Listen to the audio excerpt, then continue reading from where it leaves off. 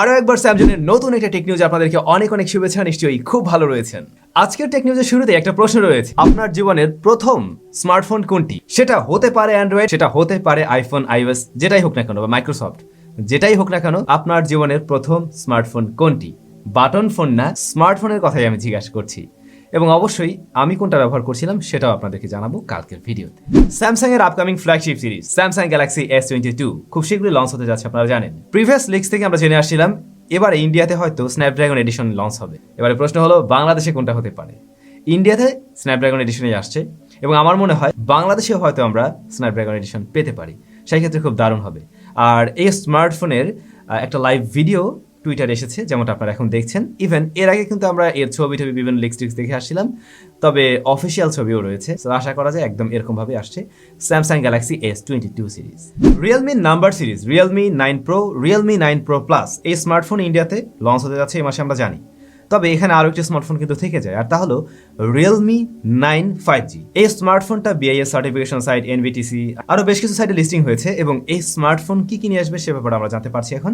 যেমন এর প্রসেসর সেকশনে থাকবে মিডিয়াটেক ডাইমেনসিটি 810, যা একটি 5G চিপ। ক্যামেরা সেকশনে 4822, নো আলট্রাওয়াইড সেন্সর, আর 16 মেগাপিক্সেল হলো ফ্রন্ট ফেসিং ক্যামেরা। ব্যাটারি 5000 মিলিঅ্যাম্পার এবং 18 ওয়াটের চার্জার। ফিঙ্গারপ্রিন্ট রয়েছে সাইডে, অর্থাৎ সাইড মাউন্টেড ফিঙ্গারপ্রিন্ট স্ক্যানার। আর ডিসপ্লের ব্যাপারে এখন পর্যন্ত তেমন কোনো তথ্য নেই। ডিসপ্লেটা আসলে আইপিএস অ্যামোলেড বা রিফ্রেশ রেট কত কি থাকবে। টেকনো ইন্ডিয়ার মার্কেটে আজকে তাদের প্রথম 5G স্মার্টফোন লঞ্চ করে দেয়, টেকনো পোভা 5G। স্মার্টফোনটির দুটি সিমেই 5G কানেক্টিভিটি পাওয়া যাবে। মিডিয়াটেক ডাইমেনসিটি 900 হলো এর প্রসেসর। স্টোরেজ সলিউশন UFS 3.1 এবং LPDDR5 এর র্যাম রয়েছে এখানে। ক্যামেরা সেকশনে মেইন ক্যামেরা হলো 50 মেগাপিক্সেল, সাথে 2 মেগাপিক্সেল আর একটি মনে হয় ভিজিএ নাকি জানো সেন্সর আছে, আর ফ্রন্ট ফেসিং ক্যামেরায় 16 মেগাপিক্সেলের শুটার। ব্যাটারি বড় সড়ো 6000 মিলিঅ্যাম্পারের ব্যাটারি, 18 ওয়াটের চার্জার। তো 6000 এর জন্য 18 ওয়াট একটু কমই হয়। এই স্মার্টফোনের ইন্ডিয়ান প্রাইস হলো 20,000 রুপি। তো 20,000 রুপিতে মিডিয়াটেক ডাইমেনসিটি 900 সেটা খারাপ না, কিন্তু ক্যামেরা সেকশনে 50 এর পাশাপাশি একটি 8 মেগাপিক্সেল আলট্রাওয়াইড থাকলে মনে হয় ঠিকঠাক হতো। আপনারা দেখবেন যে 20,000 টাকা 25,000 টাকার অনেক স্মার্টফোনে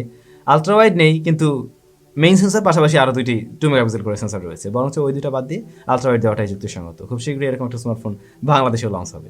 ইনফিনিক্সের আপকামিং স্মার্টফোন ইনফিনিক্স 0 5G স্মার্টফোনটা ইন্ডিয়াতে লঞ্চ হবে আমরা জানি। এতদিন পর্যন্ত এই মোবাইল ফোনের বিভিন্ন ছবি, বিভিন্ন ধরনের লিক্স টিক্স আমরা জেনে আসছিলাম, তবে এই স্মার্টফোনের আনবক্সিং এর ভিডিও আমাদের কাছে চলে আসছে, যেমনটা আপনারা এখন দেখছেন। স্মার্টফোনটা সত্যিই বেশ গুড লুকিং এর, এবং ডিসপ্লের উপরের পেপার থেকে আমরা দেখতে পাচ্ছি মিডিয়াটেক ডাইমেনসিটি 900 রয়েছে, যেটা আমরা প্রিভিয়াসলি বিভিন্ন লিক্স থেকে জেনে আসছিলাম।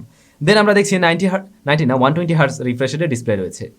এখন আমি একটু কনফিউজড, কারণ হলো এতদিন আমি জেনে আসছিলাম এটাতে সুপার অ্যামোলেড বা অ্যামোলেড প্যানেল থাকবে, বাট যদি এরকম কিছুই থাকতো তাহলে হয়তো এখানে বড় করে সেটাও লেখা থাকতো। যাই হোক, লঞ্চ হলে এই বিষয়ে অবশ্যই আমরা জানতে পারবো। তবে আরো একটি বড় বিষয় রয়েছে, 30x জুম। তার মানে এই মোবাইল ফোনে অবশ্যই টেলিফটো লেন্সও থাকছে। আমার মনে হয় খুবই ভালো হবে যদি বাংলাদেশ ইনফিনিক্স এই স্মার্টফোনটা আমাদের দেশের বাজারে লঞ্চ করে। কেমন হবে তাহলে অবশ্যই কমেন্ট করে জানান। 15 February Poco M4 Pro 5G smartphone India মার্কেটে লঞ্চ হবে। বাংলাদেশ মার্কেটে পোকো অনেকদিন যাবত ফোন লঞ্চ করছে না। তো পোকো M4 Pro এই স্মার্টফোনের ডিসপ্লে সেকশনে IPS LCD প্যানেল, যা 90 হার্টজ রিফ্রেশ রেট এবং এটা ফুল এইচডি প্লাস রেজুলেশনের। MediaTek Dimensity 810। রিয়েলমি 9 ওই স্মার্টফোনটা আমরা যে প্রসেসরটা দেখছি এটা তো তেমনি, অলমোস্ট ওরকম টাইপের কিছুই।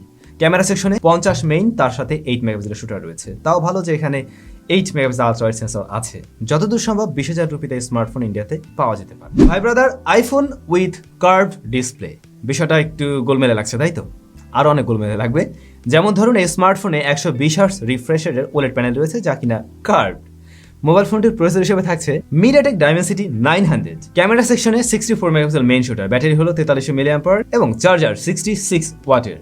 তো এতক্ষণ যা বলছিলাম এটা আসলে আইফোন না, এটা মূলত অনারের একটি মোবাইল ফোন, অনার 16 SE। এই স্মার্টফোনের রিয়ার প্যানেলের ডিজাইনটা দেখুন, একদম অলমোস্ট আইফোনের মতো লাগছে না? মানে ক্যামেরা, মডিউল সবকিছু দেখতে কিন্তু একদম হুবহু আইফোনের মতোই, যে কারণে মজা করে বললাম আইফোন কার্ভ ডিসপ্লে সহ আসছে। আর চায়নার কারেন্সিতে এই স্মার্টফোনের 8/128GB ভ্যারিয়েন্টের মূল্য হলো 2200, যা বাংলাদেশি টাকায় অলমোস্ট 27-28 হাজার টাকার মতো। তবে এই অনারের ফোনগুলো যদি বাংলাদেশ মার্কেটে পাওয়া যেত তাহলে অবশ্যই মানুষজন কিনতো, আমার যা মনে হয়। এতে গুগলের সার্ভিস রয়েছে, মানে মোবাইল সার্ভিস। সো আমার মনে হয় বাংলাদেশের মানুষজন এই স্মার্টফোন পেলে অবশ্যই ব্যবহার করতো। প্রিভিয়াসলি আমি একটা লিক্স আপনাদেরকে দিয়েছিলাম, বাংলাদেশে অনারের ফোন অফিসিয়ালি আসতে যাচ্ছে, এবং আমি যতটুকু জানি হ্যাঁ এটা নিয়ে তারা কোনো একটা কোম্পানি কাজ করছে, এবং হয়তো খুব শীঘ্রই অনারের ফোন দেশের মার্কেটে আপনারা অফিসিয়ালি পেতে পারেন। Redmi K50 Pro এই স্মার্টফোনের কেসের ছবি আর কি লিক্স হয়েছে, এবং তা দেখে মোটামুটি এই স্মার্টফোনের লুকসটা কেমন হবে আশা করছি আপনারা গেস করতে পারেন। বিশাল বড়সড় ক্যামেরা মডিউল, যদি কিনা প্রিভিয়াস জেনারেশনের সাথে আমি কম্পেয়ার করতে যাই। আমি জানি না ভিতরের ডিজাইন কেমন হবে আসলে, অফিসিয়াল লুকসটা আর কি। বিভিন্ন লুকস এর আগে দেখেছেন, তবে যা বোঝা যায় আসলে ক্যামেরা মডিউল এমনটাই হতে যাচ্ছে। আমরা স্মার্টফোনের যখন রিভিউ করি তখন Antutu বেঞ্চমার্ক আপনাদের সামনে শো করি, তারপরে গিগবেঞ্চ স্কোরগুলো শো করি। তো গত জানুয়ারি অর্থাৎ 2022 জানুয়ারি মাসের Antutu benchmark score list share করা হয়েছে, যেটা আপনি দেখলেই বুঝতে পারবেন কোন স্মার্টফোনটা টপে রয়েছে। স্কোরের দিক থেকে আমরা টপ পজিশনে দেখছি আইকুর স্মার্টফোন আইকু 9 প্রো, যা 1 মিলিয়ন প্লাস প্লাস, দেন আইকু 9 সেটাও 1 মিলিয়ন প্লাস প্লাস, এবং দুটো স্মার্টফোনে কিন্তু 12 জিবি র্যাম, পাশাপাশি 512 জিবি হচ্ছে গিয়ে স্টোরেজ। এরপরে যথাক্রমে রয়েছে Realme GT2 Pro, দেন আস্তে ধীরে OnePlus আছে, আরো অনেক ফোন আছে, আপনারা দেখে নিতে পারেন। দুইটা লিস্ট আমি শেয়ার করে দিলাম। তো ভাই ব্রাদার, এই ছিল আজকের টেক নিউজ। এবারে আমরা চলে যাব লাস্ট ভিডিওর কমেন্ট সেকশনে। SKMK স্ন্যাপড্রাগন 460 সম্পর্কে কিছু বলেন। এটা এন্ট্রি লেভেল বাজেটের একটি প্রসেসর, যার পারফরমেন্স মোটামুটি। রেবেল বয় ভাইয়া, প্রজেক্টরের আলো যেখানে পড়ছে দেয়ালে, সেখানে কি তার কাটার মতো কিছু আছে? Love from Dhaka. তার কাটার মতো না, আসলে ওই যে দরজা লেগে থাকার জন্য একটা ওই যে ম্যাগনেট ছিল আর কি, যে কারণে হয়তো আপনাদের কাছে একটু অন্যরকম লেগেছে। শাহজাহান ভাই লিখেছেন, কেউ ফোন রিভিউ করার কালে অডিও রেকর্ড সম্পর্কে কিছু বলে না। আমি ট্রাই করবো এখন থেকে অডিও রেকর্ডার আছে কিনা সেটা নিয়ে কথা বলার জন্য। শাহরিয়ার তাহমিদ ভাই, ভাইয়া আপনার বিড়ালটা অনেক কিউট। আপনারা গতকালকে ভিডিওতে যে বিড়ালটা দেখেছেন ওটা আসলে আমার বিড়াল না, ওইটা আমাদের প্রতিবেশীর, মানে পাশের বিল্ডিংয়ের। তো ও যে কাজটা করে, আমি 4 তলাতে থাকি, ও ওই 4 তলার কার্নিশের উপর দিয়ে হেঁটে হেঁটে দেন আমার এখানে আসে। তো আমি আসলে কয়েকদিন ওকে আদর করছিলাম, মাঝে মধ্যে ওকে আবার একটু খেতে টেতে দিই। তো যে কারণে আসলে ওর সাথে একটা ফ্রেন্ডলি এরকম একটা ভাব হয়ে গেছে আর কি। তো মাঝে মাঝে স্টুডিওতে একটু ঘুরতে আসে, আবারও চলে যায়। তো ম্যাক্সিমাম দিনেই দেখা গেছে দুপুরবেলার দিকে আসে আর কি। তাহলে সবাই ভালো থাকুন, সুস্থ থাকুন, আবারও দেখা হচ্ছে আমাদের নতুন কোনো একটা ভিডিও।